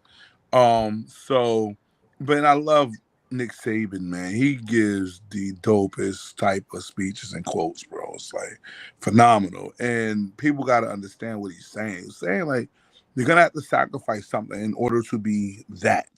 Like, if you want to be that guy, you have to sacrifice some time, some energy, some money, some whatever to get to be that, right? And then you got to understand that when you sacrifice whatever it is, that you sacrifice it to something that's going to be, like I wrote, beneficial.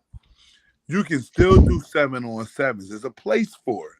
Just like everything in life, it's a time and a place for certain things. But you really, really only get a certain amount of time, a small window, at strength and position training. Okay. And then you got to use that off season properly. And I know some guys do other sports, which is also dope because some of these sports, I think we talked about it before, Dan, are like complementary sports. I love for my linemen to wrestle. I love it. My linebackers, I love that because it's teaching grappling and everything and getting these guys to understand how to do takedowns. Like, just something that I just love to see all the time. So then you got some guys, you got your receivers and your running backs, and they're running track. These are complementary sports for you guys. So perfect, especially guys like my big tight end. I'm going to try to have him doing some high hurdles. I think that'll help with his stride and everything. I want to get him going with that. But it's just making time for what is beneficial. 7-on-7 alone, I'm going to say it again, 7-on-7 alone is not beneficial. And some of the programs that are offering 7-on-7 are not good programs. They're just guys trying to put teams together, put you out there and play, and then collect them the money. And then they'll say, okay, we're going to do this, we're going to do that as well. You have to understand that these time of your life, from 14 to 18, a freshman to a senior, it seemed like a long time, but it's really not a long time. And then when you are under that age, so we'll go from 8 to 14, 8 to 13, that's a real important time of development. So you got to understand what this time means and how to manage it wisely. Again, that's just my spill. Obviously in the DM, we're doing things a lot different. Again, I said we did do 7-on-7 before.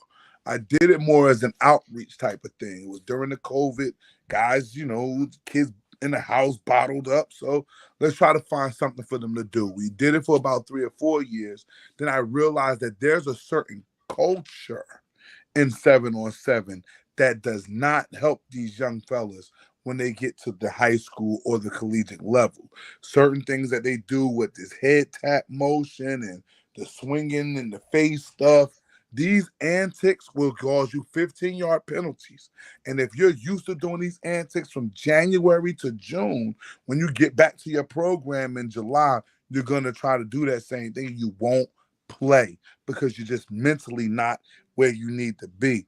That's why spending time in the right places and the right cultures will help you out. I think she used to say something about taught or, come on, you got that good phrase I love so much. Taught culture is created or allowed. There it is. And so, with that type of stuff that's happening in 7-on-7, then, it's one of those things. Do I think 7-on helps football programs? Yes. It's just a place for it.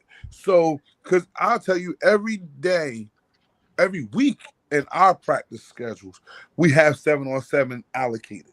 Okay, the offense has to go against the defense. So 7-on-7 is definitely something that helps the football programs with your pass scheme. Okay, like it's certain things where we take the lineman out, and this quarterback get to understand how the timing, where his receivers need to be, how to read the defense and stuff like that for just passing only. Perfect.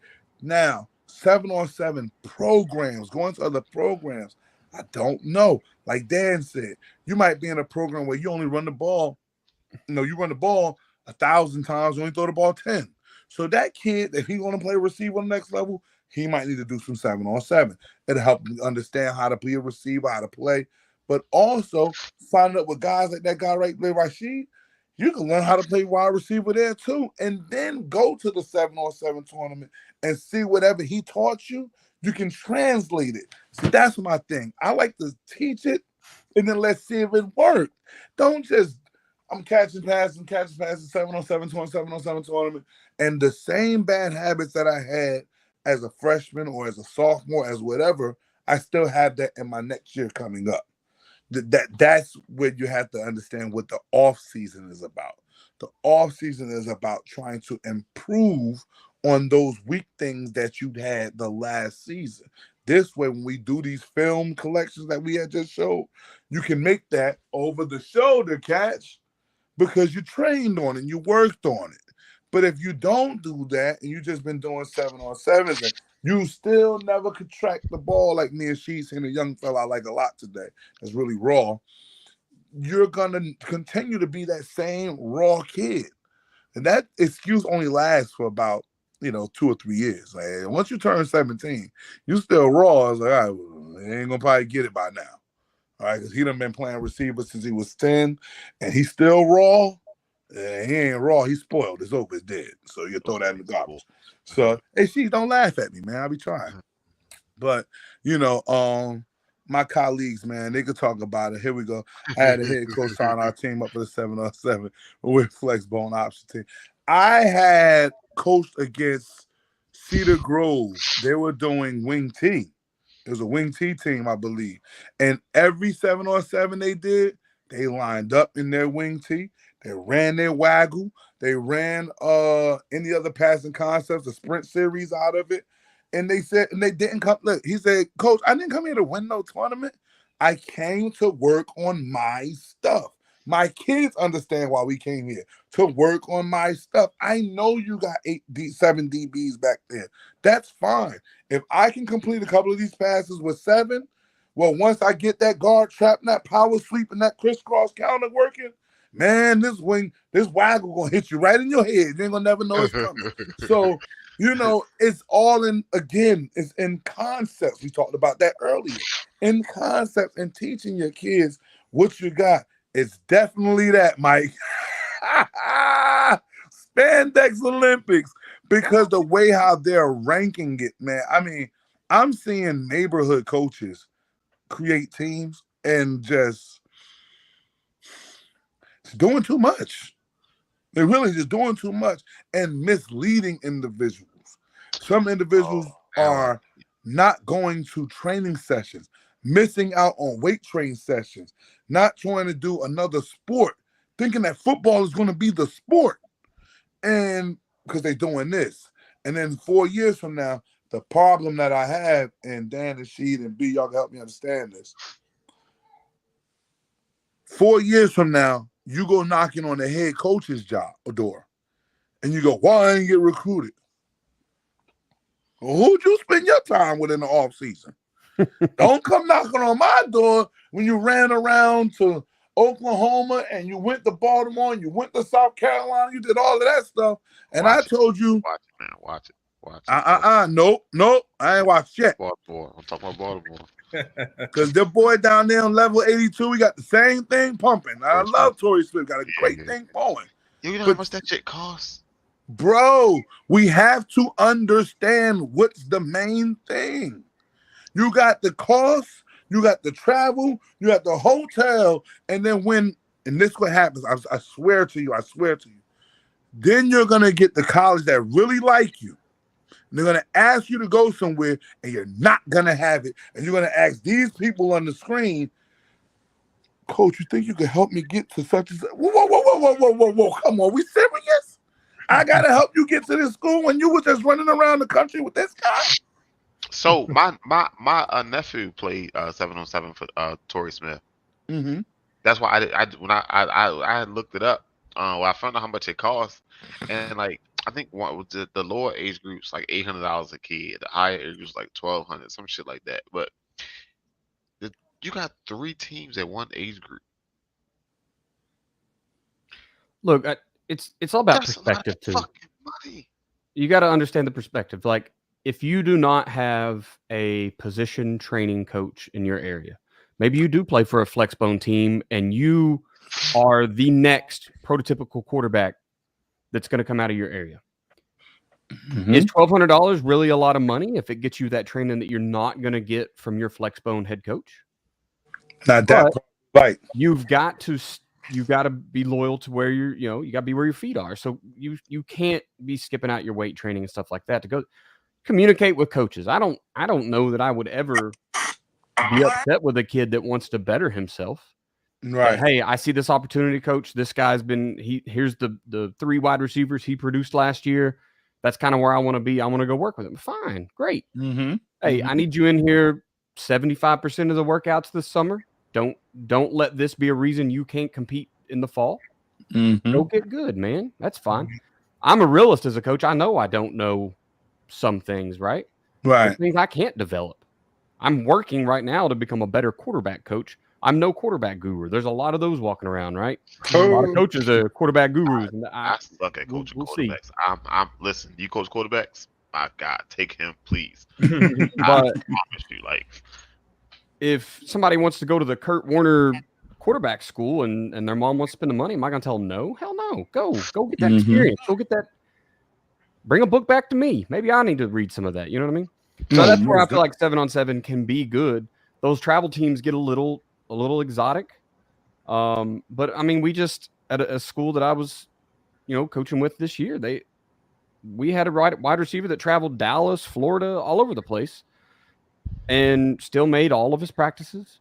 Right? I think he missed like one of our 7-on-7 games, maybe. Mm-hmm. But even then, it's like, okay, his backup got some reps that game. Like, it's not a big deal. Communicate with your coaches, and I don't know that's that big of a deal. As long as you can do that, you're in a good spot. So my only rebuttal or hate to that is, I know a kid. So 6 years old, he been training to be a quarterback. He got to high school and became a linebacker. During whole youth football, he never played anything but quarterback. And then when you get to high school, you play linebacker. So why not use your youth football time to hit every position instead of putting all this money into one position? Like, because my kids, center, guard, tackle, safety, defensive lineman, corner, it don't matter. Now, some of them, they a little shape came in, and no longer you can play corner no more. You got to play the line, baby. You got to hold that line. Now you're safe. Congratulations. My son is about as little as I am, and I tell his story all the time. He's a backup quarterback, right? But they have issues with the snap. Put him at center. He can't play center. Look how little he is.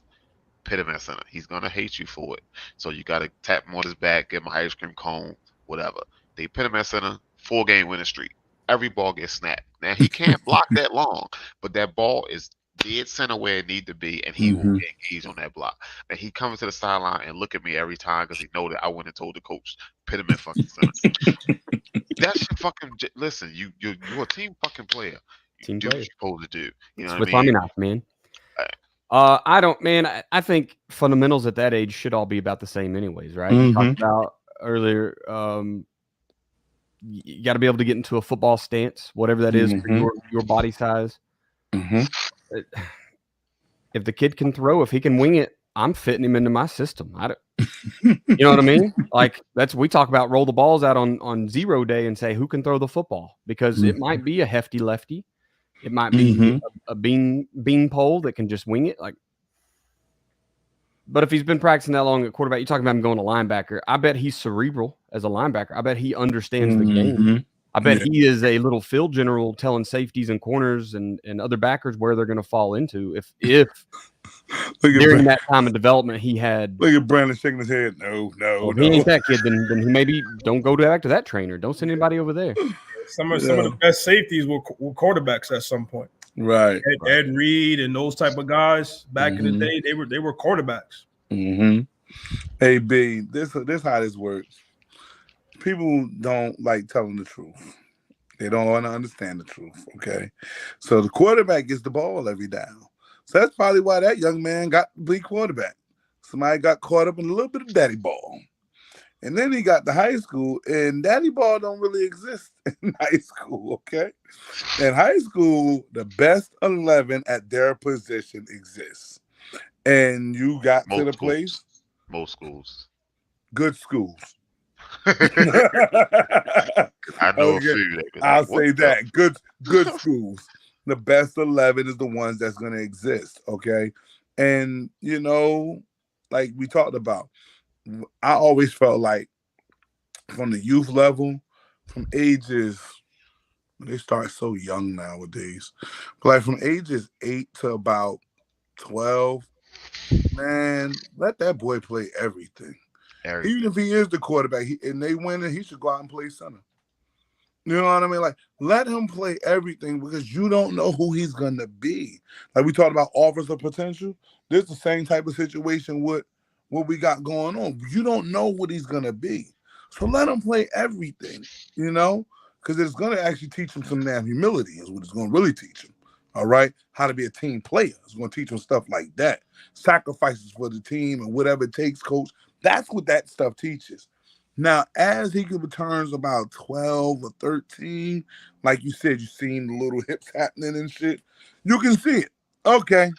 This one is starting to turn into alignment. This one's starting to turn into a skill. This one, he looking like a lot. Like you'll start to see it. And at that point is when I suggest to parents, now you should let him go get some real position training.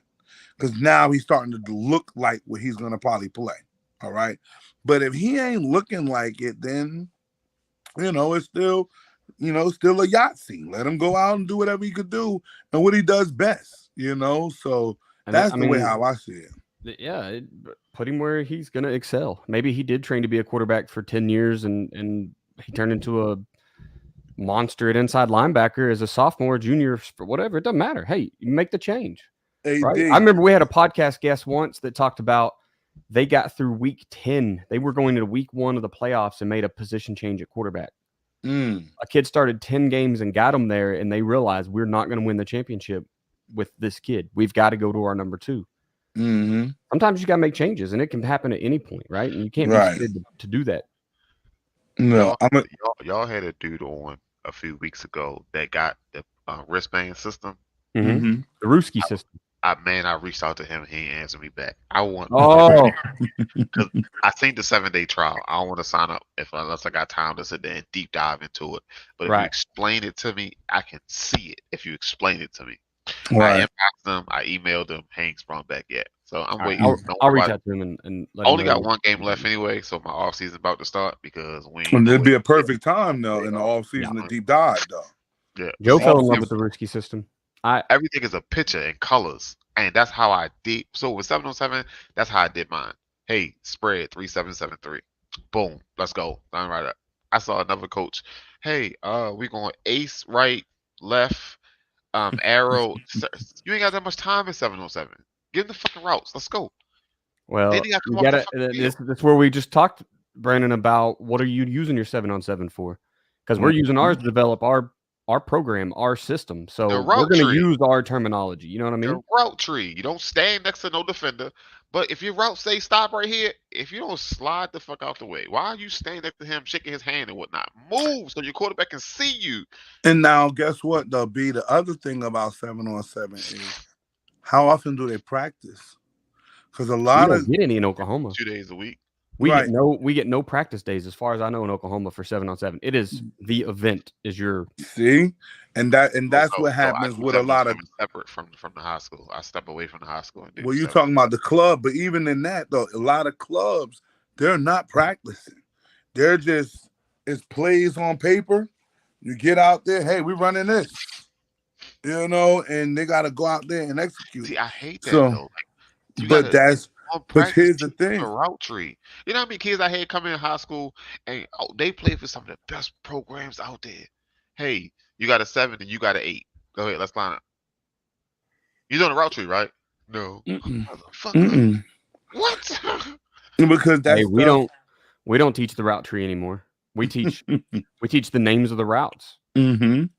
I mean, that depends on what system you come out of, right? If you're Yeah. a mirrored Yeah. pass route opposite, then you're probably calling numbers. But if you're a can't full audible field like that. concept, huh? I can't audible like that. Now, and where we are, Tag it pre-snap, and you Yeah. have more option routes. So you may have 2 or 3 routes in one, versus I'm gonna audible at the line. It's a lot more like putting it just in our system, right? We're gonna put it into the kids' hands. They're gonna be able to Mhm. signal to each other, "Hey, the post is open right now. I'm just telling you run the post." Mhm. Or Mhm. that guy's sending at 8 yards and been bailing all night. Run a hitch. We're about to get 5 Run a yards. hitch and You get know what I it. mean? But So, Yeah. but see, how do you call that though? So I'm on the sideline, right? And we got Mhm. trips right. And Yep. this guy on the left side is playing 10 yards off. Hey, yo, hey, check. We're going X2. X2, Patriots. Patriots is pass block. You the X, we running 2. It's a quick slant. Boom, dump it off to him. We gone. Get back to the line. Hey, check. Ravens 22. Now we running the ball. And that's how I do sometimes. If I see it and I know that they a little messed up, I call it quick like that. Again, long as what you're saying, TJ, learn it, then perfect. That's your system. it's your system. That's your Do your thing. concept. That's how it works. You know what I'm saying?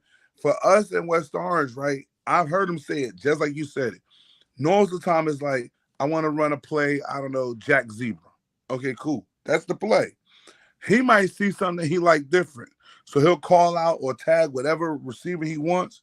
And how you just said X2, he'll call it, hey, let me get Jack Zebra X2. So this way, the X understand what I want him to do. And I'm telling the quarterback, hey, we're looking at him, okay? And we're going to him right now. That's how it works for that coach. Again, I've had another coach, 929 power sweep. Hey, we know about that. Huh? You know, and then out of the blue, you get sprint 60. I forgot what that play would be so long ago, but that's how it goes. Like, they're calling it, okay, they lined up in this, huddle the boys up, this is what I want. And the guys will go out there, and then he'll go, hold on, wait, let me see, run it. Because he just want to make sure he got what he thought he had in the beginning. If You then know what I football is mean? big, right? That's a big system. That goes back to Delaware wing tee, that wing tee Yep. prop, that Yeah. I'm not gonna audible this play. I'm gonna get you on the next play. I'm gonna make Yeah. it look exactly the same. All So you're set gonna up. react the same, and Yeah. then I'm gonna hit you somewhere else. So sometimes your audible isn't check with me, let's change it because I like what I see here. Sometimes it's like, I'm gonna let you think you're gonna be successful, and I'm gonna go where you ain't on the next time I hit you. Yeah. And that I'm could running. be we have a Xerox call, right? Like, get there right Yeah. now. We copy, go now with this change, or it could be I hit you on the next series. I hate when people stand on the sideline and yell out SOS. That shit pisses me off so bad because some of our varsity coaches do that shit and they be like SOS. Motherfucker, everybody know what that is. Like, what are you Well, look, doing? Eric, I don't know but what that is. listen, I knew what Xerox was when he said Xerox. That's my coach said. That means they're gonna run the same play, copy. Right. So I knew that, you know. And SOS, I know what that means. You're running the same thing. And guess what? If SOS is kicking my ass, SOS all the way the fuck down the field. You know what I mean? You gotta have a way to call that though. Like, No, you don't. But see, hey, look, blue, let's go. AB. Now that's the old school coach in me. The old school coach in me goes, I don't give a damn if they know what it is. It's That's right. their job to stop it. And so here coming 124 guard trap. It worked. SOS. It worked. Copy. It worked. Xerox. They running that shit till the cows come home. And B, you know, my coaches would say the cows will never come home. So this is how it goes, man. You know, you got to stop it. We got caught in the game just recently. And again, we have a big spread team, Dan. So, you know, it's usually 10 personnel. You know, we throwing these guys out there making it happen. Well, the team we were playing was just as athletic as us. Just as athletic. So, you know what we ended up doing? Let's see, 12 personnel, bring them big bodies in there. And you It's know like we playing a phone doing, D? booth, huh? We started rocking and rolling. Get the snap, hand it off. Get the snap, hand it. We running gut. We running truck, running trap outside. We just got these guys moving and grooving. We motion the tight ends to one side, send them back the other way. Ain't my fault. He ain't changing it up. We running it again, and it's their job to stop it, bro. So, I get it, man. I get it, but I think offensively, you can get away with being running the same play. Defensively is where it gets complicated. I don't want to be in the same defensive front, because if I'm in the same defensive scheme, and maybe this is just me because I am a defensive guy, I feel like a guy like Dan is going to figure it out. He's going to figure out the holes, going to figure out where the blitz come from, going to figure out the loophole, and then he's got me. He can stay in the same thing, and I can line guys up to it, and he can run a whole nother play, because the formation is the formation. You know what I mean? The influence and everything that he's going to run is going to be different.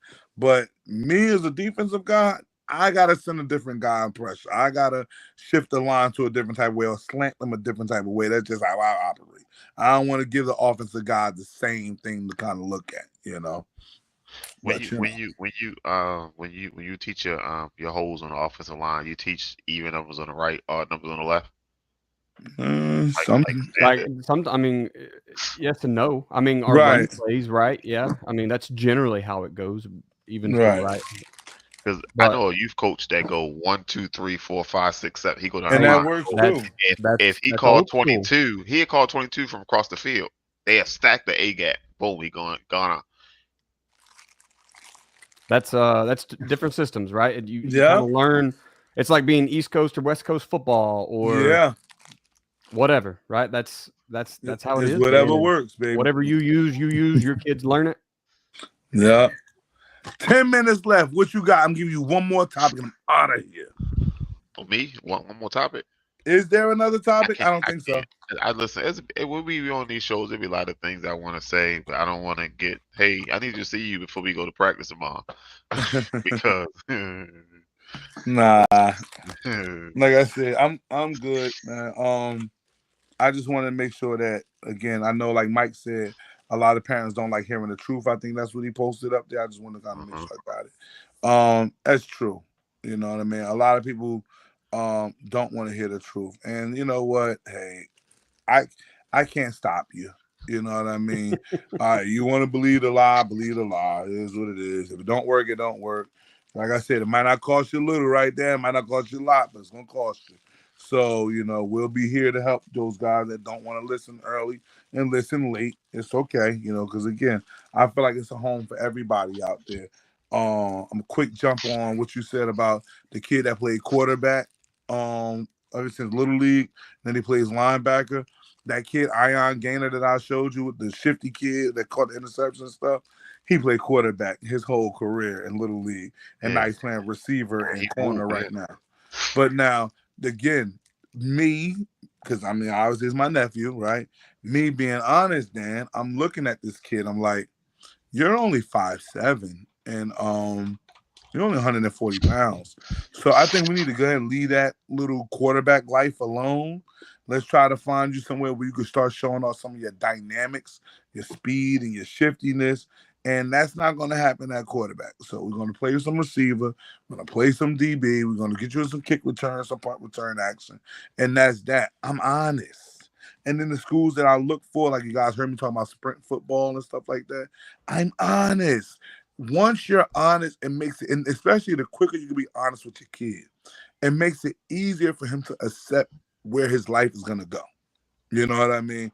If you're not honest with him and you got this boy thinking he's going to go to Ohio State and you know he is 5'11", 300 pounds, that ain't Ohio State kids. Like, stop. Let's stop. So you got to put these kids in the spots where they fit, and it's easy to find out where they fit. All you have to do is type up the schools, look up their roster, and if you can see, and Dan, this is my thing, about 5 to 10 kids that look like him, that's the spot. Call him right now. That's the spot. Okay? If you just see one kid that look like you, that kid is an anomaly. There's something special about that kid. Because if everybody is 6'4", and they got a 5'9" receiver in that group of 6'4", No, that kid just special. Leave that kid alone. Go find another school. You know what Not I your mean? And so that's that part, but again, that I think what we're doing right there with those clips and those kids, they just gonna help out tremendously. All of us tapping into our networks. I'll have 2 of them next week. So I dropped the ball. Listen, Y'all got 2 apiece. I just come in here with 1. Listen, it's Brandon's fault because it came to me. I'm like, oh, all right, let's do that, B. Like, you need to be doing this. Because I don't argue with the engineer, all right? When he said you need to do this, I go, okay. No, I said what you think about this is motherfucker. Ain't this some shit? Brandon, I don't hear you like that. Okay, I look at the message. I don't see. What do you think? I'm like, you need to be doing this. Okay, I need to do this. Like, you the boss. You the boss. Man. I don't want to upset nobody here. Okay, but I think, like I said, I think that is tremendous. I know for whoever's looking on the closeout of this show, I want to let people understand that I am not against 7-on-7. Okay, 7-on-7 has a place. Like Dan made a perfect point, and I did use this before. If you cannot afford wide receiver training, quarterback training, DB training, or don't have access to those types of guys that you can get that type of training from, you should do you some 7-on-7, man. It'll help you out. All right. It's some bad habits you're gonna probably continue to have. Well, if the coaches ain't teaching it, it's gonna be some bad habits you're gonna have. But like Dan said, if you're in a position where you're a receiver, you're playing a wing T offense, and you don't have wide receiver coaches around that can help you develop, but there is a 7-on-7 team, go hang out with them, and check it out. It'll help you out. If that kid wants to play receiver, I'm not trying to knock kids want to do what they want to do. My thoughts is, again, understand time and place. Okay. Understand that it's a time that you're going to be able to grow your body, and that kind of happens in the winter. So spend that time in the winter lifting heavy and getting with programs or your high school program. And then you got time in the spring when the weather breaks and you could be outside, you could 7-on-7, you could position train outside. You could do a lot of that stuff. Just understand time and place, and please try not to incorporate your high school coach in your plan. Tell your high school coach your plan. He's going to, hopefully, I quotation that, he help you out with that on what's going to be more successful for you. I tell a lot of my guys, like, please just tell me, man. Don't have me going, okay, go ahead, what you got, Dan? Coach, the sad part is we talked about, we opened this show talking, some coaches don't want to pass the torch to other coaches. There's some coaches don't want you going out and getting better. Yeah. Now you may not listen to them because you realize they don't know. That's true too. It's such a political world. I hate it. I just love that I'm in a position I can be real with people. I'm real with coaches. I can be real with kids. Let them know. Here's what we do or don't know. Here's what you do. If you want to go outside, that's fine. Communicate. Mm-hmm. There's too much out there right now available for coaches to tell kids, no, you're not allowed. I had a kid reach out to me and ask me, do I know a good quarterback coach? So you failed in 2 classes. If you don't go find a goddamn tutor and leave them goddamn quarterback coaches alone. But that's dope. That's what you need to do. Like, said, honesty is ain't everything. That low. It's a 60. They lowering the grade so you won't have to stand in another grade. Nobody want no kid with no damn 60s. Keep teaching, B. You're doing a great job, bro. I know you be having moments down there, but trust me. Nobody likes the truth. You heard what Mike said. Nobody like the truth. You know what I mean? So it is what it is. But, we're going to keep doing it. And I think, Dan, that's why I wanted to kind of start leaning more towards this type of stuff, podcasting, reaching out to parents and kids and telling them, like, look, I ain't got no dog in the race, dog, but I'm going to tell you what I think you need. And it's up to you to accept it or not. But this is what I feel like will work best for you, What you got, B? Anything left? I know you got to be rounding it up. No. We got if we get out of here in under 2 hours, the system will automatically cut the clips up for us. So I ain't got to do no work. All right, so let's get up out of here. So again, because I told you I didn't want to be here for one. So anyway, I'm gonna just go ahead and wrap it up myself. I can't do that. Dan, you go first. I forgot. I appreciate it. Hey, I'm Coach Daniel Chamberlain with Chamberlain Football Consulting. If you're a coach, a parent, a player, somebody who's trying to learn ball, go over to patreon.com/Chamberlain Football Consulting. There's a tier for you. especially if you're a young coach or, we're approaching playoff time as this is coming out. So if you need some help, you need another assistant coach, you need an analyst, I have a Patreon tier for you. Jump over on Xanax. That kid over there needs a Xanax. You see him? My daughter likes the cats. I'm allergic to cats, and then she come and lay up under me, and I get what the fuck. Shut up. We got 3 minutes. Go ahead, Dan. Hey, go listen to the podcast, Football Coaching Podcast with Joe Daniel, and the Coaching 101 podcast with me and Kenny Simpson. That's where you'll hear me talk the rest of my stuff. Can you send me the Coaching 101? I'll put it in your Twitter right now, boss. For Apple. Yeah. Because I got the what you call one. I just need the other one. Yep. But the network is here for you all the time. We got shows Monday, Tuesday, Wednesday. June is up tomorrow. He gonna break down all the quarterbacks from the NFL. Tuesday, talk your ish. Dennis gonna tell you who messed up, who did right. Wednesday, we all come together for our big old show. We're gonna break down NBA, World Series, NFL. We're gonna talk college football, all that. All right, and then during the week, it's just pop-up shows all week long. So we can have one show, and we can have 20 shows. Never know. But this is my last week. This is our last JV game. You're happy about that, ain't you? I'm so happy. I can just I go know. 2 days a week just to help Varsity out 2 days a week now. Woo. Oh man, I love it. And y'all already know, man, I'm the guy, Don Massey Jr., head of Driven Minds LLC, man. We're doing big things here in the DM because it goes down in the DM. All right. And when people understand, thank my guys for showing up. They keep me here longer than I be wanting, but I love it. It's good information, good content going out there. Big things happening in the DM. We're gonna have some position and weight training going on the 17th of November. Please tap into that. Good luck to all of the teams that's getting ready for their playoff run. I'm planning to get another ring at my last year at coaching high school, and we'll see how that works. But like I said, just make sure everybody stay diligent, stay in tune, stay locked into the networks, man. There's a lot of good things that's pumping out of here. You guys can learn a lot. You can share a lot. Please, it costs you nothing to share. So please do that a lot, please. And it'd be much appreciated on our side. Anybody interested in being, what do we call it, a sponsor, please just hit me up on my IG or my email. And any kid that wants that type of help with me and Dan that can help you guys with some of this recruiting stuff, may cost you little, may cost you a lot, it's going to cost you something, all right? So just make sure you understand that, we ain't nothing life free. We're here for you, though. You got me? Everything that's donated obviously goes back to everybody that we work with. Trust me. If we didn't, then we probably wouldn't be on this show, honestly, because we'd be outside doing big things. But you already know. We're going to do bigger things as we get ready and get going. And B, like I said, thank you again, man. I can never stop telling you that. Appreciate you for all the stuff that you do to make this thing look well. And Dan, I appreciate you, man, for just making sure you keep me on my toes with this whole podcast thing. I'm learning. I got to get that mic. They ain't got that mic come through yet. This is what we're doing. Come back. I gotta get that. I got one. I just don't use it. Mine right there. I just don't use it. Yeah, but I don't know if I sound right. The gun sounds. So like I got the headphones. I just sound like a Doka talking on the side. Like, can you hear me on my iPad? As long as it comes through clear, sir, it don't matter. Like, it matters. People go $1,800 on equipment. That quality matters. Yeah.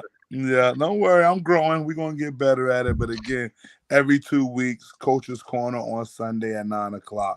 Try to come through. Again, we'll probably re-air the show, I believe, on Wednesday. Brandon does it for me, which would be dope. So if you missed it, you go back there.